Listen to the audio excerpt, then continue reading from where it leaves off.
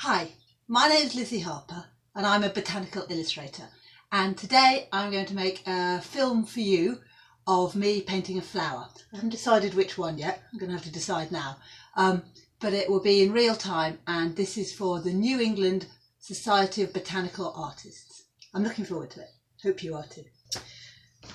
Right, so I've chosen a zinnia and here it is drawn up in pencil. I was wondering whether or not to show you the drawing process, but then 45 minutes is not a very long stretch of time, so I thought let's just crack on with the painting. So this zinnia is, if you can see, very pink. It's got pink here. It's a member of the daisy family. So these are all individual flowers. They just look like, we call them petals, but each is an individual flower, and obviously each of these, you can see, is an individual flower. And these little yellow bits here coming out, these are they're the stamens of each of the petals, and they're in the family, the daisy family, the Asteraceae family, and they're called composite flowers. Anyway, you don't need a lesson in botany, you're here for the painting. So I'm going to pop this back here, so in the hope that it won't die on us. It's always, as you lot know, the worry that your plant is going to die on you. So now I'm mixing up a colour to start on the petals with. So this is, what's it called? It's Opera Rose, isn't it? But I always call it slightly the wrong name. No, it is Opera Rose. It's Winsor & Newton Opera Rose. And it's quite close, but I think there's, a tiny bit more blue in there to get a closer match. And as you see, I mix up my colours quite thick, so that I always say they're kind of the consistency of blood, which is an unpleasant thing to say, but there we go. Generally, I use Winsor & Newton, and I use pans and I use tubes. Right, and I always use my trusty Winsor & Newton Series 7 brush. It's a number 1, and that's almost all I ever use. That colour looks pretty close to me. You can always check a colour by actually painting it onto the flower, which I know is just out of view. But let me show you. So you can always check the petal by holding your, painting directly on the flower. I find that quite useful. Or by painting a tiny swab on a corner and then checking. Right, let's stop procrastinating, shall we? So I don't know how adept the members of the New England Botanical Artists Society are. I would imagine there are many of you, oh, don't rotate, you wretched flower. I would imagine there are many of you who are professional, and probably many who are just as able, if not significantly more able than me. So if I tell you stuff that you already know, or if I speak down to you, please do feel ready to pick me up on it when we have a Q&A session on Zoom later. So the way I paint is I tend to put down my darkest darks first. Now I know this is very unusual in botanical illustration, and generally what people like to do, look, it's quite a lot paler in the middle. It'd be nice if I could have the flower in here as well, but I just don't know if that's feasible. So what I tend to do is I put the darks down first, rather than building up a series of washes. And I like to do this because it gives me some kind of a guide or a map as to where my lights and darks are. I mean, with botanical illustration, as with all art, so much of it is down to where your lights and darks are. If you crack that, then you're okay, because you're going to have depth to your illustration. So yeah, so this is a mix of cobalt blue and Opera Rose. Now Opera Rose I love, especially for botanical illustration, but you've got to be super careful because it is very fugitive, which means it fades in light. So if you, let's say you painted your zinnia and were delighted with the result, which hopefully you would be, and then you thought, oh well, I'm going to frame it and give it to somebody as a gift, you might, this is rotated, it's really annoying, you might find that if you put it in a frame, the light would fade the colour, so you need to be careful about that. And look at the way the colour chips off, isn't that fascinating? Oh, I love botany. Right, so what I'm doing is I'm building into my darks, and with flowers in general, with petals, if you I find if you pull the colour out, the darkest colour out towards the edges, then you end up giving some kind of form to each flower. So in 45 minutes, which is how long this video is going to be, I'm not going to have time to paint the whole flower for you, but I'll just try and do, I think I'll do a few petals, and then I'll also try and do the an area of the middle as well, so that you're not left with just a blank staring central area. So I'm working from my studio in Hay-on-Wye, which is a little town just across the border from England in Wales. And then we have a famous literary festival, which of course with COVID has been cancelled this year. But it's a very, very lovely place to live. And these flowers, this zinnia, come from a friend of mine whose job, she runs an amazing B&B up the top of a hill called Majestic Bus. And she also on the side grows fields of these gorgeous flowers, which she sells to local, well, to local individuals, but also to restaurants and stuff. So I had a lovely time yesterday up at hers, just wandering around with a pair of secateurs and thinking, what flowers might we want to do for the New England Botanical Artists Society? Okay, so this leaf, this petal here, is curled back on itself. And what's interesting about the petals here is they're pale underneath. They're not bright pink underneath as well. They're much paler. It's always worth, before you crack your paints out, having a proper look at your plant. I mean, the thing is, when you're drawing something, you're going to have a proper look at it anyway, because you're drawing it. So in order to draw it accurately, you need to observe it. I mean, I always have my little hand lens out and all that kind of stuff. So, and always draw what you see rather than what you believe to be there. That's a big trick. So something like that. So that's that one curving behind there. I do want to make sure. I'm going to move this up a little bit so you can see. Here we go. Let's do this petal then as well. So this one is very much behind the other one, so it's a little darker. So zinnia, I did my research before I started painting. Zinnia come in various forms. This one I believe to be probably a single flowered one. You can get double flowered ones. There are rows and rows of petals, and you can't even see the centre of the flower.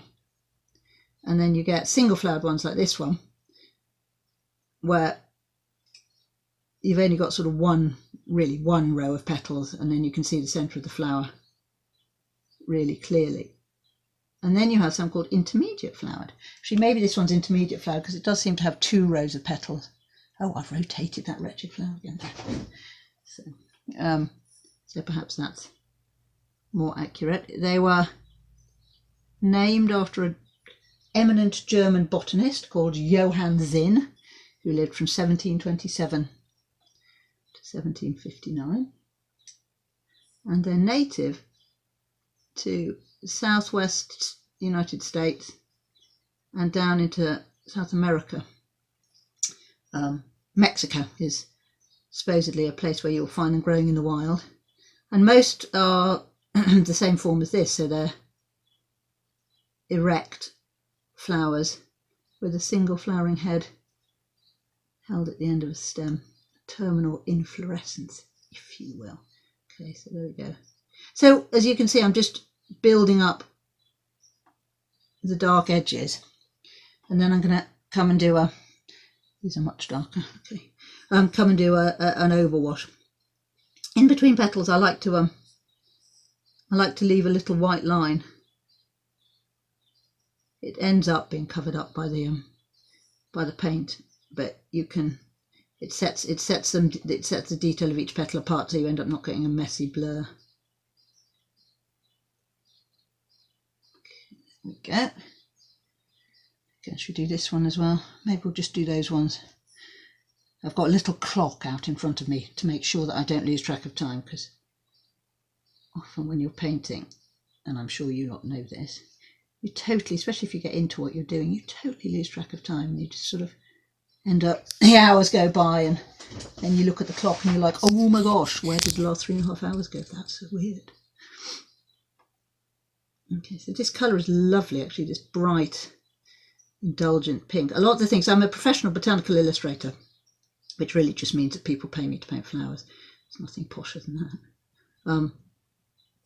But a lot of the stuff I'm asked to do, most of it is native British plants. There's a bit of a shadow here as well. Okay, all right, we have beautiful ones. Of course we do. We have the poppy and, you know, apple blossom and all that kind of stuff. But we do have a lot of very small things like ladies' bed straws and little things with tiny white flowers. So for me, the worst, of course, are the cow parsleys, like Queen Anne's lace, you know, big umbellifers. I'm sure, I don't know if you have them in the States. I should know. I lived in DC for many years. But they're a nightmare because they're all leaf and then these tiny little flowering heads. Anyway. But yeah, so being able to paint a big kind of florid decorative flower like this is a real treat. Okay, so what is going on there? That's a mess. That is a mess. So yeah, so with materials, the paper that I'm working on, I might do a little bit at the end on this, but the paper I'm working on, again, this one's behind. That's a weird line. I don't know what that's doing. The paper I'm working on is Fluid 100, which is made by Global Arts, and which is American actually. Both my papers are American, from American companies right now. So they operate out the States, and I think you can get their hot press paper, watercolour paper, from most art stockists. I think, is there a range of art shops called Dick Blick? I think you can get the paper there. So, and it's hot press, which means it's incredibly smooth for painting and drawing on, and that means it takes the paint really, really nicely, and you don't get any bleeding or anything like that.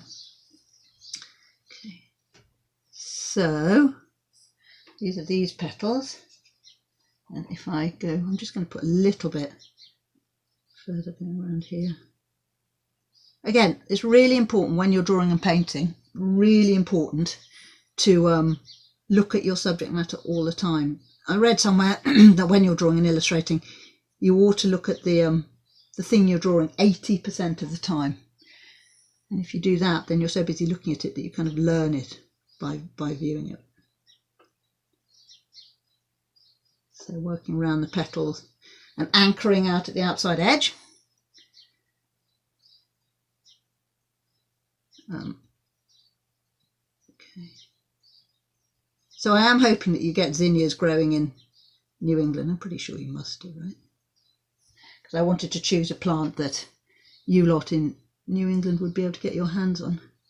So the theory is, with this, that because I live in a very rural area and my internet connection is dodgy, the theory is that if I do this video, which Vicky will share with you, and then we'll have a Zoom Q&A at a later date, because otherwise what would be happening is that I would be very anxious that the Zoom would be falling out, because sometimes the screen just goes black. So it doesn't matter how well you paint, if the technology lets you down, then you're in trouble. Okay. So it's raining really hard here today, actually. It's beautiful. That noise was my small daughter who just came in to steal a stapler. So quite difficult to paint and at the same time gesticulate. No, go away, I'm filming. Still, she's used to it, bless her. Okay, so I'm going to let that dry and I'm rinsing my brush. And so the next step is to make a more dilute version of the same pink. So here's the pink I've been using. So I'm literally just diluting it. I mean, you lot know this, but in order to make a colour paler in watercolour, avoid using white, avoid mixing it with white, because that will make it heavy and muddy. You make a tint of it by just diluting it. And I might actually, at this point, I might add a tiny touch of red as well, because looking at the flower, there's a little bit. So this is a tiny touch of alizarin crimson from just off the screen. Great, Lizzie. Okay, but that's slightly muddied it, so I'm going to put more of my original colour back in, a bit more water. When you mix colours, don't worry about how long it takes. Sometimes it takes ages. Sometimes it takes longer to mix your colour than it does to actually paint the subject matter. Okay, right, so that looks fun. And can you see how much wetter that is than the first colour I mixed? So what I'm going to do now is, again, looking closely at the plant, put the next layer down. So here, is it dark enough to hold weight? Yes, it is. So this is going to make it look slightly less stark, the distinction between the pale petals, the pale areas of the petal, and the areas that we've done the edging on, which are darker. So if I was a traditional botanical illustrator, I believe I would have taken all these petals. I'd have had an initial pale wash, and then I'd be building into the darks. Now, I've always said, I work from dark to light, but in fact, somebody who watches the videos on my YouTube channel, Lizzie Harper Illustrator, she's pointed out, Iris Gross, she's pointed out that actually I'm lying. I start with the mid-tones, because what I do is I come back and cover what I've painted with these sort of paler edgings, and then I will have one last pass, or a couple more. Oh, that's a bit messy. Or a couple last things where I pick out the darkest darks. But illustrators who don't put their darks in like that, but who work the whole thing from pale to darker, I'm incredibly impressed by them, because they keep all this information in their head of where their lights and darks are. I mean, of course, we're all looking all the time, but I find it so easy to feel like almost at this point in time I've got a roadmap of where my lights and my darks are. If you want to have a look at any more of my work, do feel free. I've got a website, www.lizzieharper.co.uk, and I do a lot of step-by-step blogs and things like that there. And on my Facebook page, Lizzie Harper Illustration, I've got a newsletter you can sign up to, and there's the YouTube channel, which has got a lot of videos of me talking through what I'm doing as I'm illustrating different subjects, sometimes with accompanying blogs, sometimes without, which may or may not be of interest to you. Okay, so now it's really wet. Now this is crucial, because this is always really tricky. You're like, oh yeah, doing my flower, I want to get on with it. Oh yeah, let's get on with it. But if you don't let your paint dry, you will regret it. So make sure that you let your paint dry. I'm now looking at the colour. Remember, I was saying that there's the colour underneath. Can you see? Yeah, you probably can. So it's extraordinary, actually. The colour of the underneath of these petals is almost green. Well, that's tiresome, isn't it? So I think what I'm going to do is, yeah, a little bit of yellow ochre, I think. So I'm taking a corner of that very light mix here, and I'm mixing it in with yellow ochre to bring out the yellows, and then I'm going to add a tiny touch of cobalt green, which basically makes a really nasty dark flesh colour, which, strange as it may sound, I believe is the colour of the underside of these petals. So okay, I'm going to apply that now, very lightly. And the thing is, when things repeat themselves through paintings, they make more sense. Oh, just splodged, haven't I? So in this case, that's not going to make any sense, because it's the only bit that has the tail end. Now this is good. I didn't plan on this, but this is me making a mistake and trying to fix it. So this is quite a bad mistake, to be quite honest with you. So what do? Weep into your milk and cry? No, you don't. You just keep working at it. So if you just scrub away with your paintbrush, and then with a clean bit of tissue, come and blot as hard as you can. Don't scrub around with the tissue or you'll compromise the paper. There you go. Now that's got rid of most of it. It hasn't got rid of all of it. And then you just do a patch up job where you messed up. Now what I would probably do if this was going to be a finished illustration is when I was done, I might get a tiny bit of Winsor & Newton Designer's white gouache and very lightly cover up over that. But I'm not going to do that now because we're concentrating on the petals. These ones dry? Yeah, those ones are nearly dry. Okay, so now I'm conscious of the time. So now I'm going to work into the darks. So they're very bright, but they're very dark. So I'm going to thicken up this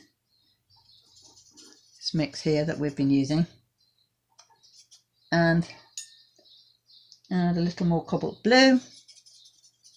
Well, that's not good, is it? That's way too bright, too blue, too purple. Loads more pink. The pink is a less strong colour than the blue. That's a bit more like it, but I'm actually going to add a tiny bit of purple as well to just add a little bit of depth. That feels better to me. That feels quite a lot better to me for the darks. Maybe even a little more. You just have to keep going to look. It's almost like the colour, when you're colour matching, it's almost like the colour feels right. I'll put a tiny bit of brown in there as well. If I can remember where my brown is. And you'll know you're right once the colour will feel okay. So these are for the dark bits. Okay. So this petal now is nice and dry, so we can, without doing what I did before, which is putting my hand on the wet paint.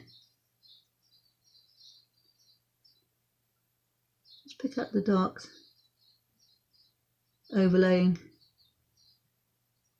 that paint and blending it in. This with a lighter brush.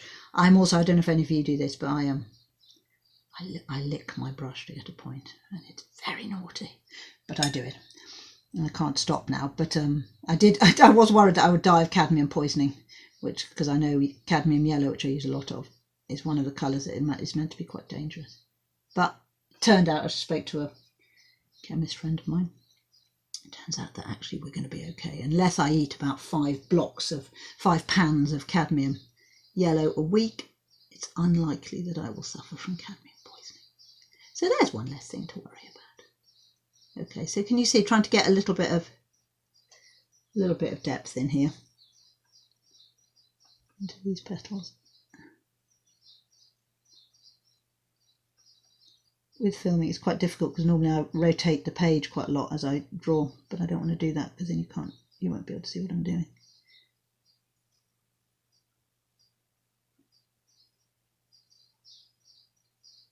Okay, it's not bad. The petal behind that's nice and dark. The whole thing can be taken much darker. In fact, I'll take that darker again.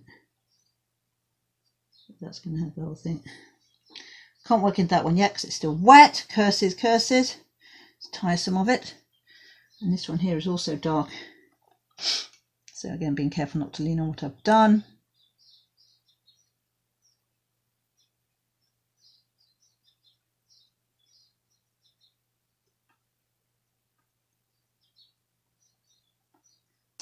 There we go. And this one is also in the shadow. This is now going a little bit too blue, looking at my colours. So I'll do some top colour washes in a minute. I think what I'm now going to do, having done that, I think I'm now going to pause the film and wait for these ones to dry. So then I can come back to you and show you what happens next. So I'll see you in a minute or two. Okay, back again. That's dried more or less. I had a chance to answer my emails. So let's work into the darks and these petals. This isn't on. Can you see this kind of tide mark? So if you work too wet with your top layer, if you're not careful, then you get this kind of edge effect where it dries, which with people who work looser than me, it can be very, very effective and beautiful. But for me, I find it really annoying. So hopefully if we just paint on top of it as if it's not there and don't panic too much, it'll be fine. And this is the darker darks, and then we're going to put a nice bright pink top wash, which will help us hide the white lines that we still have. What's happening here? Okay, there's a bit of shadow. The art of seeing shadows is also very tricky. I mean, quite often if I'm teaching, people will be like, what do you mean, draw the shadows? Where are the shadows? On leaves it's especially difficult. So you have to actually use your knowledge of the plant and a bit of logic, as well as just eyes, thinking, well, of course it's going to be a bit more shadowy here because there's a ridge of a petal, so it's going to be casting a shadow over there. And we know that our light source is coming from here. It's actually, I've got a daylight, got a daylight bulb, so it's kind of coming from that direction. So you just have to think logically and think, where are the shadows likely to be, and then look for them there. If they're not there, don't put them in. But often you'll find, if you sort of find and stick with a consistent light source with the shadows, that will help you. Okay, here's this annoying one. Its little tide mark.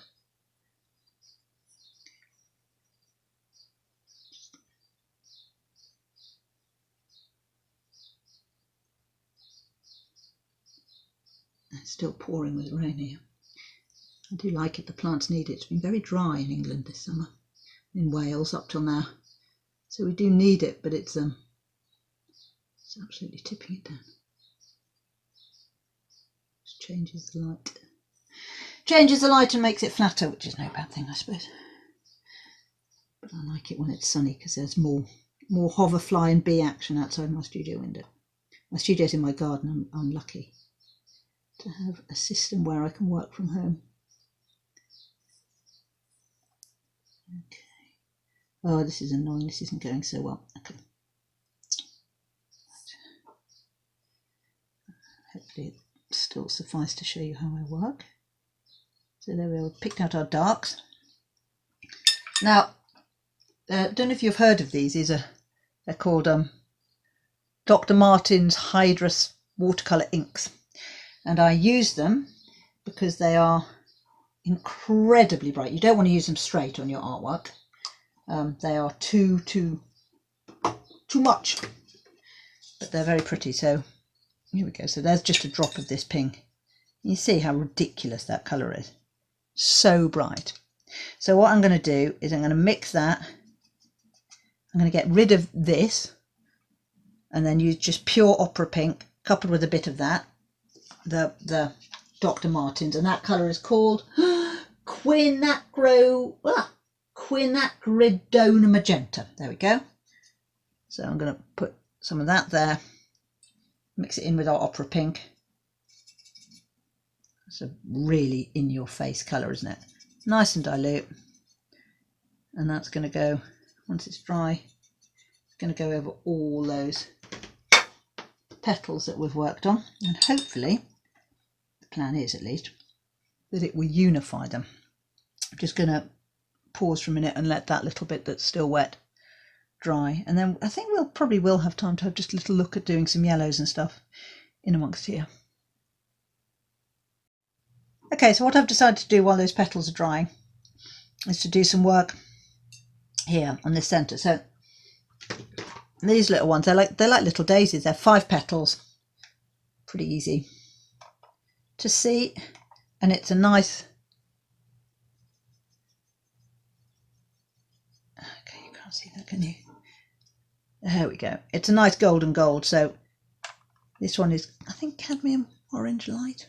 Gosh, I should know the colour of my name of my colours. Thing is, I don't know if you're like me, so you set up your paint box and you learn what colours are in it, but you always forget, well, you sort of half forget what name they are. And then when you have to replace them, you panic a bit. Well, maybe it is just me. It doesn't sound like a professional at work, does it? Right, so these I know are something like cadmium yellow light. There we go. So that's about right to match the little star-like flowers on the edge. So literally these are pretty straightforward. All we're going to do, let's pull this down a tiny bit so you can see. The middle, yeah. Literally pick them out with the edge of the brush. And then once they're dry, we'll put a yellow wash over the top. And that will give them the definition that they need. I've got more water on my fingers again. I don't know what I'm doing today. It's no good at all. Literally just outlining it. So people sometimes will wonder about the fact that there's pencil. You know, oh my gosh, what do you do with the pencil? Well, with some smooth papers, such as this Fluid 100, we're very fortunate in that you can rub the pencil out afterwards. Aha, who knew?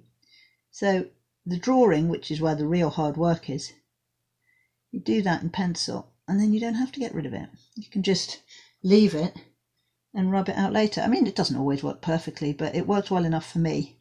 And in some cases, you know, you actually don't mind the pencil being there. So if you're painting a white flower, for example, you can leave the pencil line, which is where you've drawn the edge of the petals and things. You can leave that to stand as the actual edge of the petal. You don't need to go back and work into it, and it adds a lightness and a clarity that is very useful. Certainly for things like the cow pastures I was talking about earlier, it's really nice just to be like, you know what, I'm just not even going to get very much paint anywhere near that. I might put a little bit of yellowish wash over the white froths of flowers, anything which has a lot of white frothy flowers. Might put a bit of wash over them, but actually, you know what we're actually going to do is just leave the pencil to hold that shape. Okay, so now I'm going to mix something slightly brighter yellow, slightly paler yellow. Again, I'm not diluting it this time. This is just a different yellow which is straight from the box. It's a cadmium yellow light without any darker shades mixed in. Gosh, according to my watch, I'm meant to be finishing in 10 minutes. That's not going to give you much to go on. I do apologise. Okay, so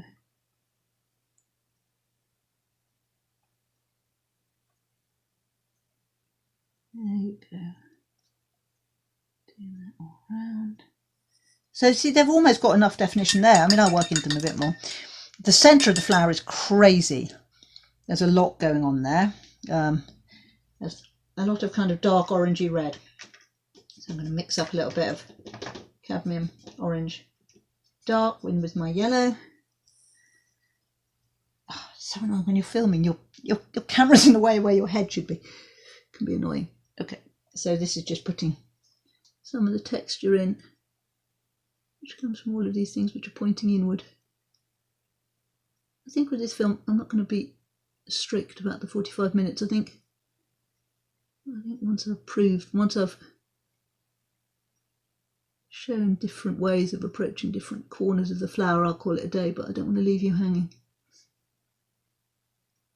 without any kind of conclusion to my techniques. So this is just the way all these parts of this zinnia point in. They're actually all little, what are they? They're little bracts. They're individual, yeah, they're individual bracts, but I'm going to draw each one, partly because it would take too long, but also partly because it would confuse the issue. You can, you know, while it's very important to look all the time, you also, if you find a pattern that looks good when repeated and which suggests the botanical reality that you're looking at, then you would be a fool not to reduce it to that pattern. Okay, so then it's a bit darker on the edges. So cutting in amongst here. Hopefully you can see, yeah, you can see what I'm doing. This edge, this orange goes on a little bit.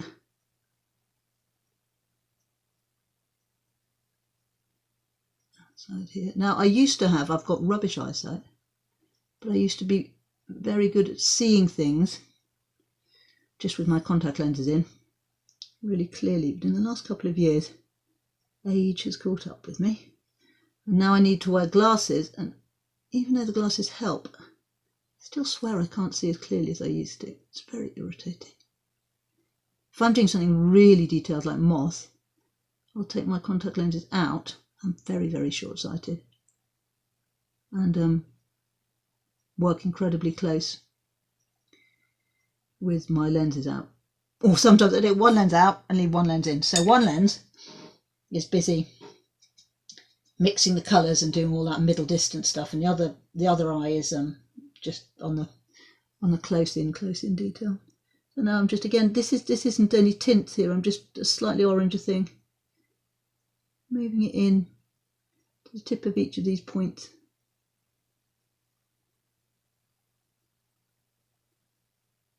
So that we have some feeling for what's going on as we move towards the centre of the flower. Oh, this, you know what's going to happen, this always happens. So if I do a demo, you end up thinking, oh, that's oh, maybe I'd like to do more on that. And you end up, instead of doing paid work, spending the rest of the day finishing the demo. I'm not going to be able to do that right now because I've got some pretty full-on deadlines, but it's tempting. Definitely tempting. So that's a technique for that bit. We've got this white bit here, and it ain't white, so that's going to be helped by our top wash of pink, which we're going to be able to do in a second, actually, come think of it. But what I do want to do is I want to put centres into these flowers, these little yellow flowers, star-shaped flowers that we've been doing. So that I'm using I don't even know what colour that is, it's a dark red, mixing with an orange, it's quite brownish, and just a tiny spot at the centre of each flower, and if there's an area of darkness, and a bit of shadow. Again, this is all just giving a bit of shape and a bit of depth to what you're doing. Okay, now here's that top wash I was talking about. I'm now using a tiny bit of it to pick my way around these. Remember, we're talking about these yellow filaments, which are part of these flowers, these petals here. When I'm done with this, I'm going to show you what I mean by pulling the flower apart, because it's worth knowing. But we don't want I don't want a really sort of odd white juxtaposition between where these pink petals end and where the heart of the flower lies. So I'm kind of trying to pull that together now in the least possible clunky way.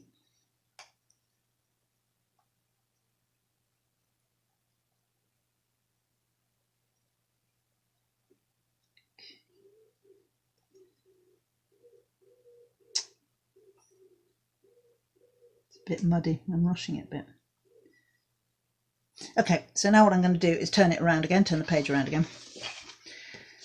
Make sure that you lot can see what I'm doing. Yeah, we're still centre screen, that's good. So now, do you remember that very pale top bright pink wash we were talking about, this one? I'm going to put that over the whole lot. Make or break moment. Again, always follow the line of growth. So hopefully, so I wouldn't be going horizontally across this. You have to follow the way that the veins go. It really helps, that does. Maybe this top wash is going to get rid of that hideous tide line on that petal as well.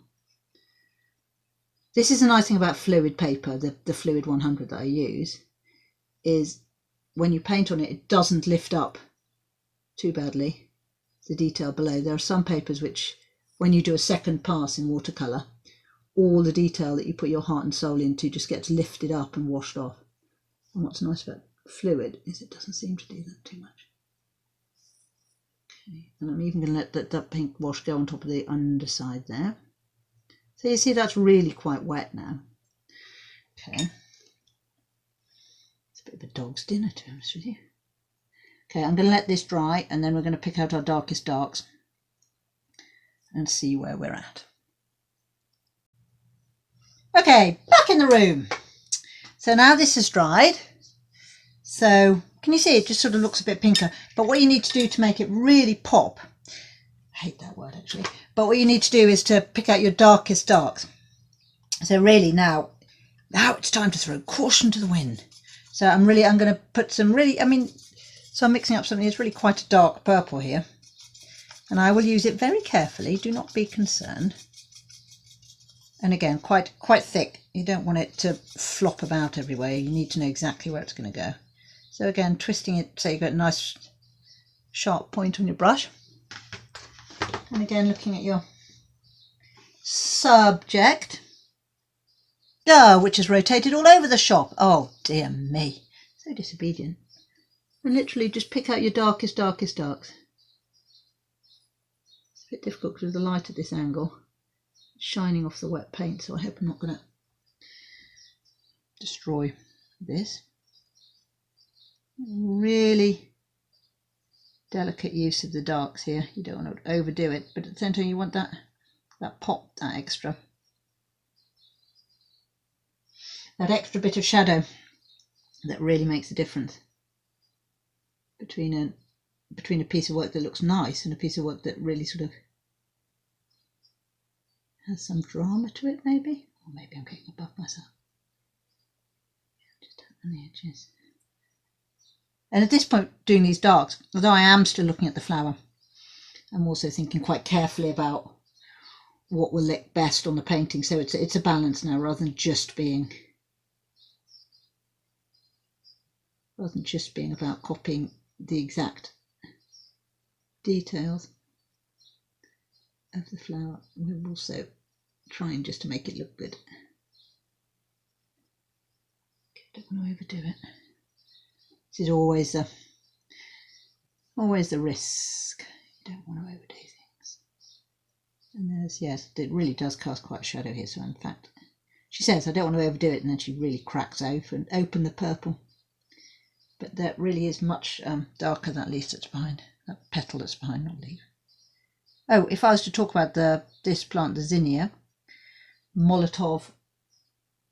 it's Molotov mix, or Zinnia elegans, I would have to say that the leaves are amplexical, which means they cling onto the stem, and that they are opposite one another, and they're quite kind of floppy, quite big and floppy. But we're not doing leaves today. It's a whole different ballpark. Okay, right, and then this bottom one. Can you see how this one here doesn't look as nice as the other ones because it hasn't got that final bit of detailing? So again, this really is picking out your darkest darks.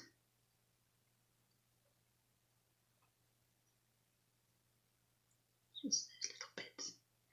I want to leave this pale bit on the edge here because that's where the petal curves up slightly.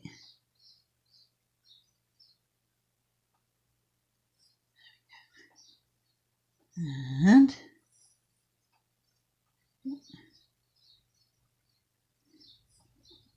so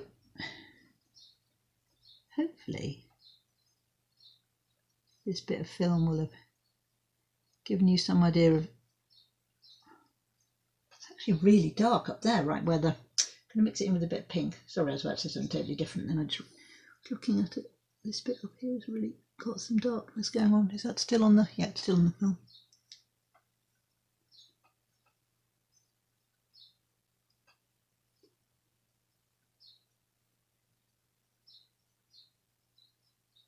Of course it has darkness. I mean, only an idiot would think it didn't. Why was I not thinking? Because of course these little flower here, these yellow flowers, are casting shadow because they stand proud of the rest of the centre of the flower. There's always logic to lights and darks. It's always worth thinking it through. This bit here, which I hadn't painted in, which I'd forgotten about actually, is a sort of stunted half petal. It's not really grown fully into a full petal, but I'm gonna bring it into the sun now because it needs to be included. I haven't done that one, have I? Duh.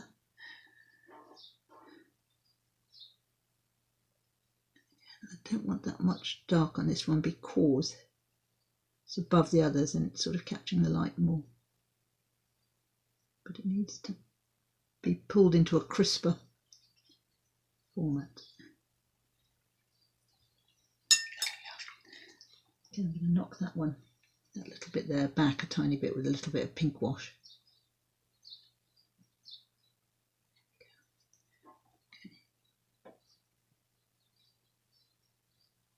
Got to be careful not to overwork. That's something I have learned over time to try and avoid. You can keep going back and keep going back, but you need to know and to say enough, enough is enough. I'm not going to do any more. This is just literally a bit of that tiny top wash, just softening the edges of the darkest darks. Yeah, well, that'll do, I suppose. Oh, and in the middle, I'm going to have another top wash. This one's a kind of orangey.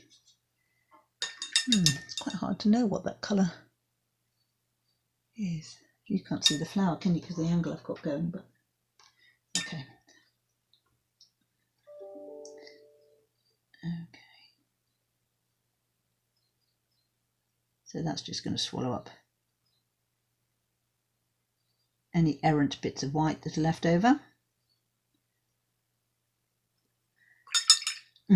Oh, I said about that, didn't I? I said about the doing that last petal.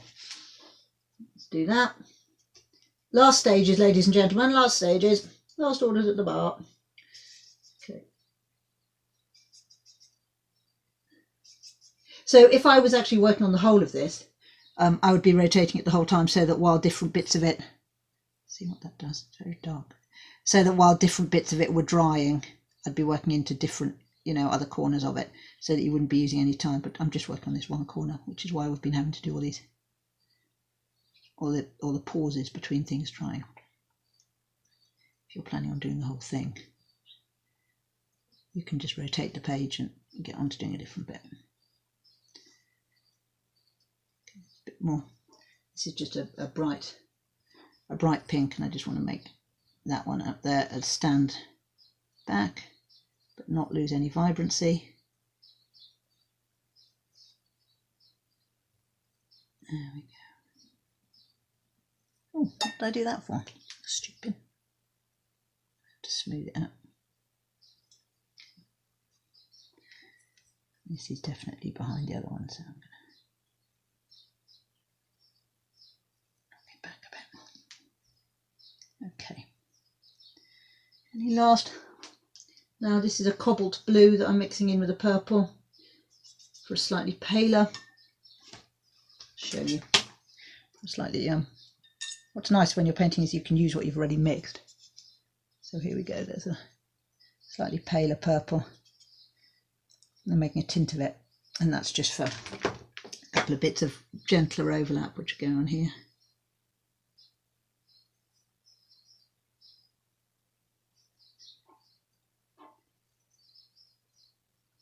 And which show the delineation between where the petals are. I'm not sure that's a good idea actually, maybe I messed that up.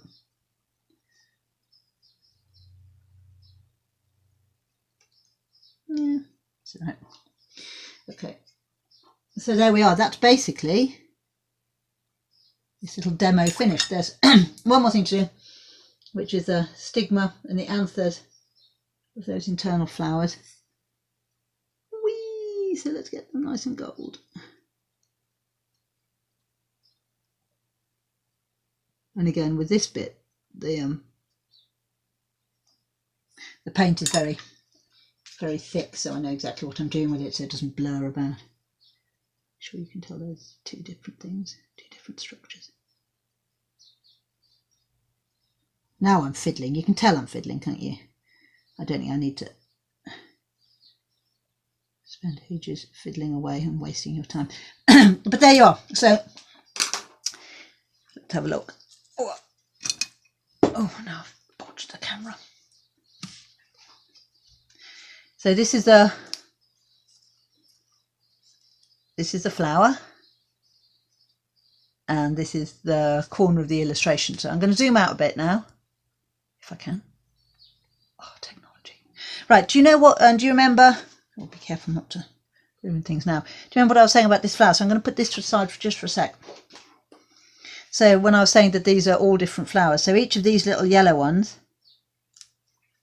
if you have a look, each of these is a little flower. I don't know if you can focus on that.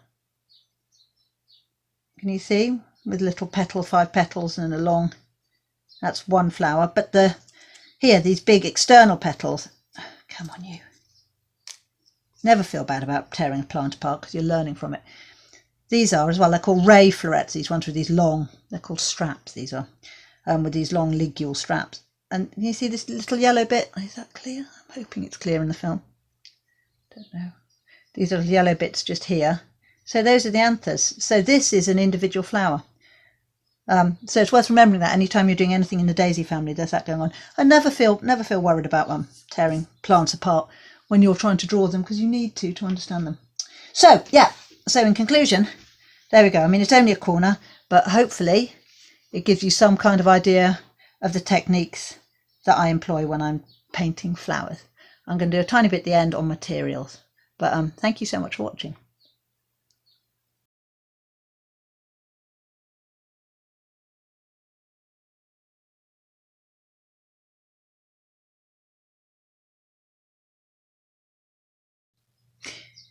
So the last thing I wanted to do was talk to you about materials. So this is my paint box, and these are full pans and half pans, almost all Winsor & Newton actually. And when they run out, which they do quite often, they're the brown, I top them up from tubes. There's some discussion about that. A lot of artists will say you shouldn't mix tube paint with pan paint. I'm sure they have their reasons. For me, it's never really been a problem at all. So that's how I do it to keep on top of things. And obviously I wash my paints sometimes, but not enough. The yellows are always green. I'm a bit slapdash. If I need an extra sort of jolt of colour, I will use these, which I mentioned earlier, Dr. P.H. Martin's Hydrus Fine Art watercolours. This one's Gamboge, which is great for yellows. And I use them, I drop them in with watercolours, mix them in. And they're also worth remembering, especially with the pinks. They are fade resistant. So they're very useful. If I make mistakes, I use Winsor & Newton Designer's Gouache Permanent White, which is very useful. I very rarely use white in my illustrations, but sometimes I do. Sometimes I use Dr. Martin's white. Sometimes I use this. There are some colours that I find it very difficult to mix without white, such as Forget-Me-Not Blue and Primrose Yellow. We're drawing up pencils. I use an 0.5 millimeter lead Pentel P205. These are mechanical pencils. Let's get rid of that.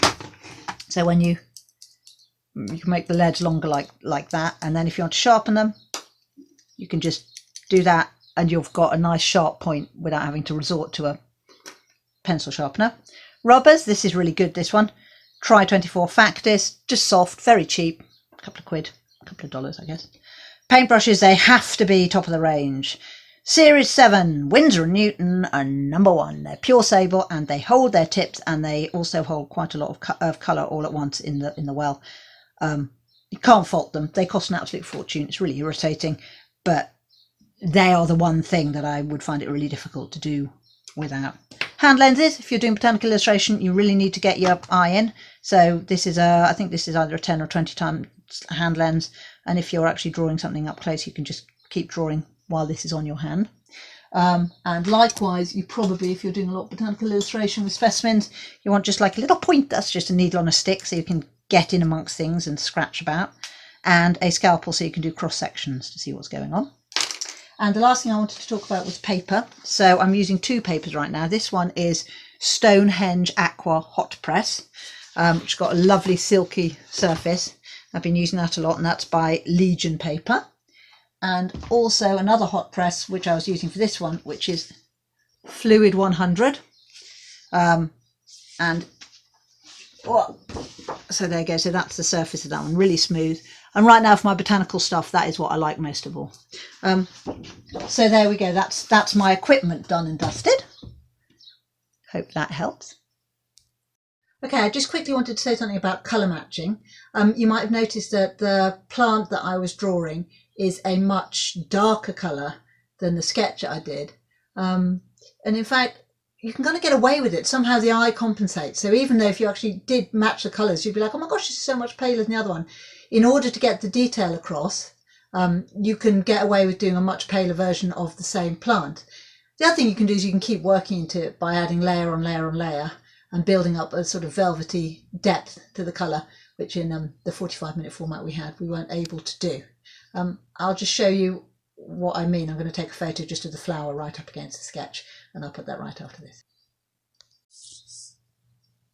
So you see the pink of this looks incredibly much paler than the pink of the actual zinnia flower.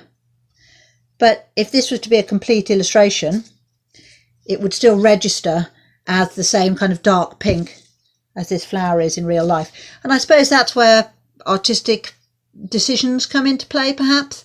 So yeah, you can play about with that yourself, or you can keep going until the colour is exactly the same by layering more and more and more on top of that. But if you do that, be sure you don't lose your highlights, and also be sure that you don't overwork it.